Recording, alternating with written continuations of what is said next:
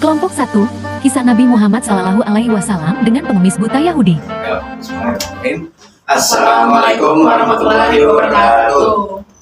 Perkenalkan, kami dari kelompok 1 dengan saya Rizky, Saya Adil Sijabat. Saya Nurjana. Di sini kita akan membuat podcast terkait salah satu keteladanan dari Nabi Muhammad SAW. Salah satu kisah teladan ya teman-teman. Nah, dari saudara Adil tuh ada nggak sih yang kamu ketahui ceritanya inspiratif buat kita semua? Oke, dari saya nih ya. Iya. Nah, jadi kisah yang mau kita bahas hari ini Iya. itu salah satu kisah Nabi dengan seorang pengemis buta Yahudi. Oh, itu gimana sih ceritanya? Nah, jadi kisah ini tuh dia mengajarkan kita tentang arti kesabaran yang sesungguhnya dan dengan cara bagaimana kita menghadapi sikap orang yang membenci kita. Nah, langsung aja mungkin diceritain ya. Silakan. Jadi kisah ini tuh cerita itu terjadi setelah Nabi Muhammad SAW sudah wafat. Nah, sebelumnya ada berbagai versi nih, ada yang saya dengar dari ustadz yang mengatakan bahwa pengemis buta ini adalah seorang kayak kakek, tapi ada juga yang bilang iya seorang nenek. Nah, jadi kita ambil jalan tengah aja, kita sebut pengemis buta aja. Nah, ini kisahnya itu setelah Nabi Muhammad SAW wafat. Pada saat itu Abu Bakar As-Siddiq, sahabat Nabi, dia disampaikan oleh Sayyidah Aisyah bahwasanya Nabi Muhammad itu selama hidupnya dia selalu menyempatkan waktu untuk ke pasar, di sebuah pasar di Madinah, menghampiri seorang pengemis buta dan menyuapinya makan, ya menemaninya lah selama saya gitu. Nah, akhirnya Abu Bakar ini penasaran, dia akhirnya menghampiri si pengemis buta itu di pasar Madinah dan melakukan kegiatan Nabi yang biasa Nabi lakukan selama hidupnya. Diteruskan. Ya, sesampainya Abu Bakar di sana, dia langsung mengeluarkan makanan yang dia bawa, kemudian dia menyuapi. Sebelumnya pada saat Abu Bakar mau sampai situ pun si pengemis buta itu sadar ada yang datang gitu. Menunggu ya? Iya, bukan menunggu, kayak dia sadar gitu dengar mungkin suara langkah kaki, dia langsung menyambut kayak dia memanggil si Abu Bakar itu dengan sebutan sahabatku gitu ya. Kamu kemana aja? Kita udah lama nggak ngelapin dia gitu. Karena dia nggak tahu kan kalau Nabi Muhammad pada saat itu udah wafat dan digantikan oleh Abu Bakar. Nah, pada saat Abu Bakar lagi menyuapinya makan, terus sambil diselingi dengan obrolan, si pengemis buta ini kayak cerita ke Abu Bakar tentang orang yang dia dengar dari orang-orang pasar, atau orang yang dia ketahui. Dia bilang dia sangat benci sama orang ini. Katanya orang ini mengaku Rasul, mengaku Nabi, mengaku utusan dari Tuhan, mengaku utusan dari Allah. Dikatakannya oleh dia kalau si Muhammad ini, orang yang dia ketahui ini adalah seorang tukang sihir. Nah, pada akhirnya Abu Bakar As-Siddiq itu kan adalah sahabat Nabi yang paling dekat lah ya. Dia mendengar Rasulullah dicaci maki, istilahnya dijelekan seperti itu. Abu Bakar Rasulullah emosi, dia kesal. Tadinya dia menyuapinya dengan lemah lembut karena mengetahui pengemis ini kan buta. Dia akhirnya kesal dan menyuapnya dengan sedikit kasar lah, masukin makanannya kayak di dorong gitu. Nah, si pengemis ini kaget, dia langsung menegur lah, bertanya gimana? Kayak kaget, kenapa kamu kasar sekali hari ini gitu kan? Sepertinya kamu bukan sahabatku yang biasanya menyuapiku, siapa kamu? Ditanya. Akhirnya Abu Bakar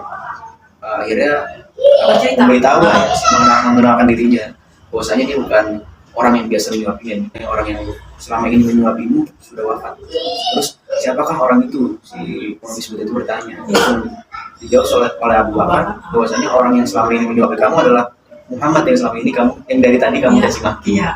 Akhirnya setelah si pengemis buta ini tahu bahwa orang yang telah menyuapi dia selama itu adalah orang yang dia benci, dia langsung nangis jadi-jadinya, dan pada saat itu juga dia menyatakan bahwa dia ingin masuk Islam. Yang dari Yahudi ke Islam. Iya, dia pengemis buta Yahudi. Allah. Jadi itu salah satu cerita yang sangat menginspiratif buat gitu ya, bagi kita selaku kalangan muda yang harus bisa kita teladani gitu dari salah satu cerita Rasulullah gitu ya kan. Nah, mungkin nih ada nih satu pertanyaan dari saya gitu yang benar-benar bingung lah gitu ya. Bingung lah gitu ya. Kira-kira apa sih hikmah dari cerita tersebut selaku kita mahasiswa gitu ya kan? Apa yang bisa kita teladani dari kisah tersebut gitu? Menurut Anda sendiri itu? Kalau menurut saya ya mungkin balik lagi dari sudah saya sampaikan di awal terus sebelum cerita kan tentang kesabaran. Kesabaran. Isi dari kisah ini itu kita bisa melihat betapa sabarnya Rasulullah pada saat itu menghadapi orang-orang yang membencinya. Bahkan tidak hanya di satu kisah ini gitu. Bukan hanya dicaci maki, ada juga kan kisah yang menceritakan bahwa Rasulullah itu dilempari kotoran, diludahi, bahkan banyak orang-orang yang mencoba untuk membunuh Rasulullah pada saat itu. Tapi Masya Allah dengan kesabarannya Rasulullah malah mendoakannya gitu, mendoakannya supaya Allah memberikan jalan kepada orang-orang tersebut untuk bertaubat.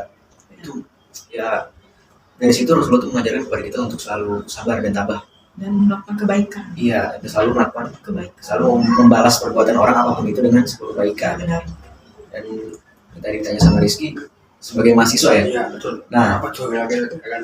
ya itulah kita kan di kampus ini berteman dengan berbagai macam orang yang pola pikir berbeda-beda ya kan. Mungkin bisa berbeda pendapat, bisa ada masalah yang kita nggak tahu kan sesama mahasiswa atau dengan dosen-dosen kita yang mungkin kadang memberikan tugas nggak Mikir-mikir gitu ya. iya yang nggak masuk akal Iya. gitu. Nggak Terus tahu perasaan mahasiswanya. secara terus menerus lah gitu. Nah itu semua kita bisa hadapi dengan kesabaran. Karena orang sabar disayang Allah. Apapun itu pasti ada kebaikan lah, ada hikmahnya. Ada hikmah. Ya, mungkin itu sih. Orang sabar disayang Allah. Ya sama kita tuh nggak boleh kalau misalkan mendengar segala sesuatu tuh langsung percaya. Iya. Apa mendengar sesuatu yang buruk-buruk tentang orang kita nggak boleh langsung percaya. Kita harus minimal kita tanya langsung orang.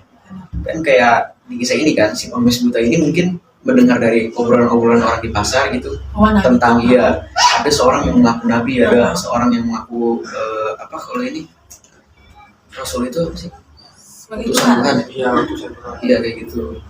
Akhirnya dia langsung percaya aja gitu. Iya.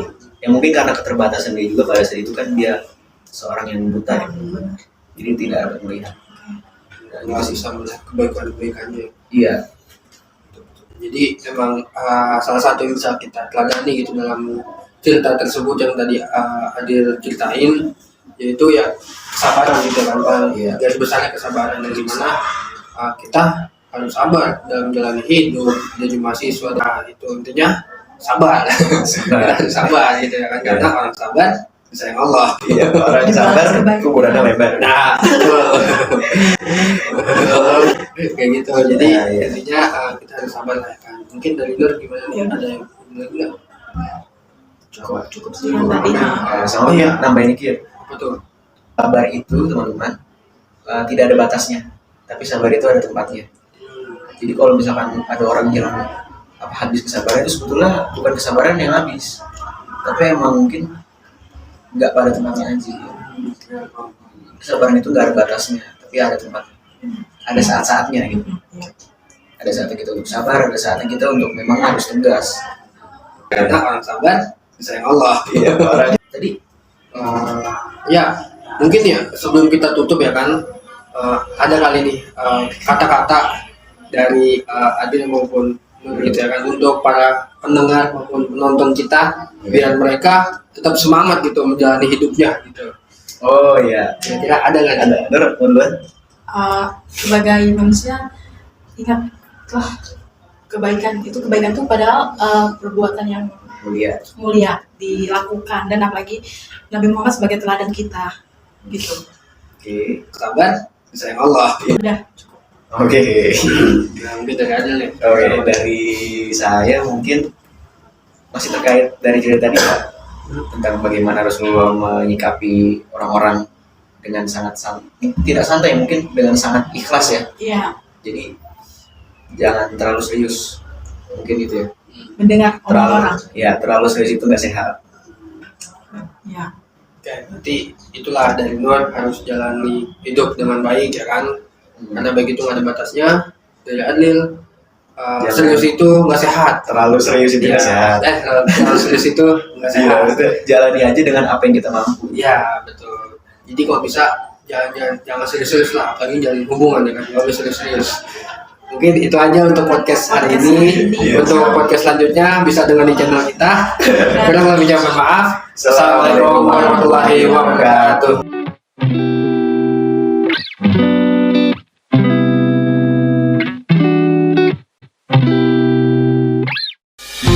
Salah satu sifat dari Rasulullah yang perlu diteladani dan bisa diterapkan dalam kehidupan sehari-hari yakni ramah tamah. Nabi dalam sebuah hadis berkata kepada istrinya Aisyah, "Hai Aisyah, bertakwalah kepada Allah Subhanahu wa Ta'ala dan bersikaplah ramah. Sesungguhnya keramahan jika ditempatkan dimanapun, ia akan menghiasinya, dan tidak dilepas dari manapun kecuali ia akan menjadikannya buruk." Hadis riwayat Muslim. Menebar kebaikan ke segala arah, bersama membangun kekuatan untuk tetap berdiri dalam cobaan.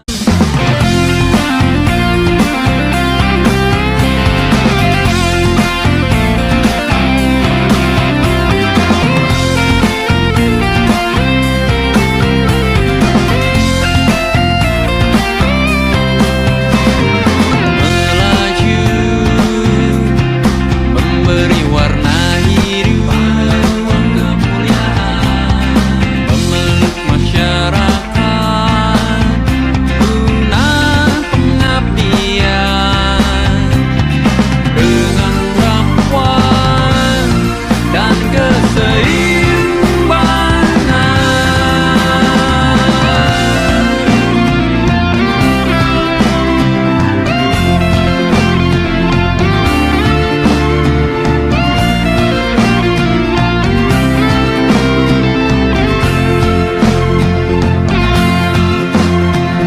Menjadi oase yang menanamkan rasa pada tubuh, kendali zaman. Ku hamkan lentera-lentera yang menyala, berada di setiap sudut, memberikan cahaya. Ku hamkan suara-suara kecerdasan dari telinga dan mata Indonesia untuk masa depan berkemajuan.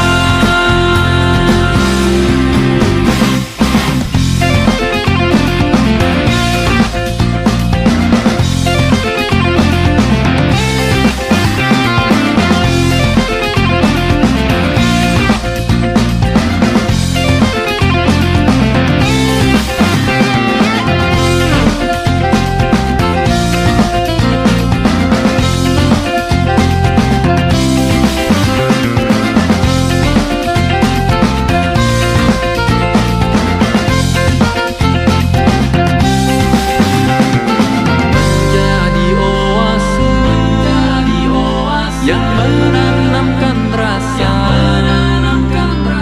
pada tubuh, kendali zaman. Ku hamkan lentera-lentera yang menyala, berada di setiap sudut, memberikan cahaya. Ku hamkan suara-suara kecerdasan dari telinga dan mata Indonesia untuk masa depan berkemajuan.